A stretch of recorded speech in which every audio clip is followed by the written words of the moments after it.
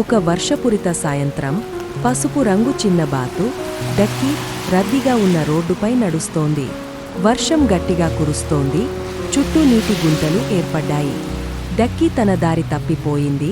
వెనుకనే ఉన్న చెరువు వద్దకు చేరుకోవాలనుకుంటోంది. డక్కీ రోడ్డును దాటేందుకు ప్రయత్నించింది. కాని కార్లు, బైకులు వేగంగా దూసుకెళ్తున్నాయి. వాటి శబ్దం, పూలు చిందించిన నీరు చూసి బాతు భయపడి వెనక్కి నిలబడింది. వర్షంలో వణుకుతూ డక్కీ గుబులు పడుతోంది. డక్కీ ఒక చెట్టు కింద వర్షం నుండి దాక్కున్న వీధి కుక్కను చూసింది. ధైర్యంగా తలెత్తి కుక్కకు క్వాక్ అంటూ సహాయం కోరింది. కుక్క దయగల చూపుతో చూసినా రద్దీగా ఉన్న రోడ్డును దాటే మార్గం చూపలేక తల ఊపింది. డక్కీ పూర్తిగా ఆశల్ని కోల్పోయినప్పుడు ఒక చిన్నరి అంబ్రెలాతో రోడ్డుపై నడుచుకుంటూ వచ్చింది. ఆ చిన్న బాతును చూసి దాని కష్టం వెంటనే అర్థం చేసుకుంది.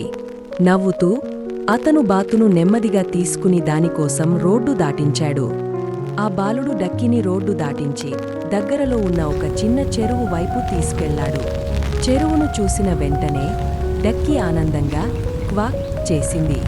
వెంటనే తన రెక్కలు విప్పి నీటిలోకి దూకింది.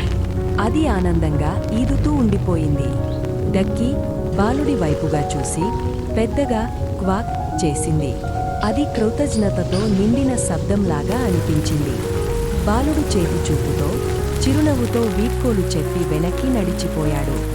డక్కీ వర్షంలో కురుస్తున్న నీటి చుక్కల మధ్య తన చెరువులో సంతోషంగా ఉన్నది.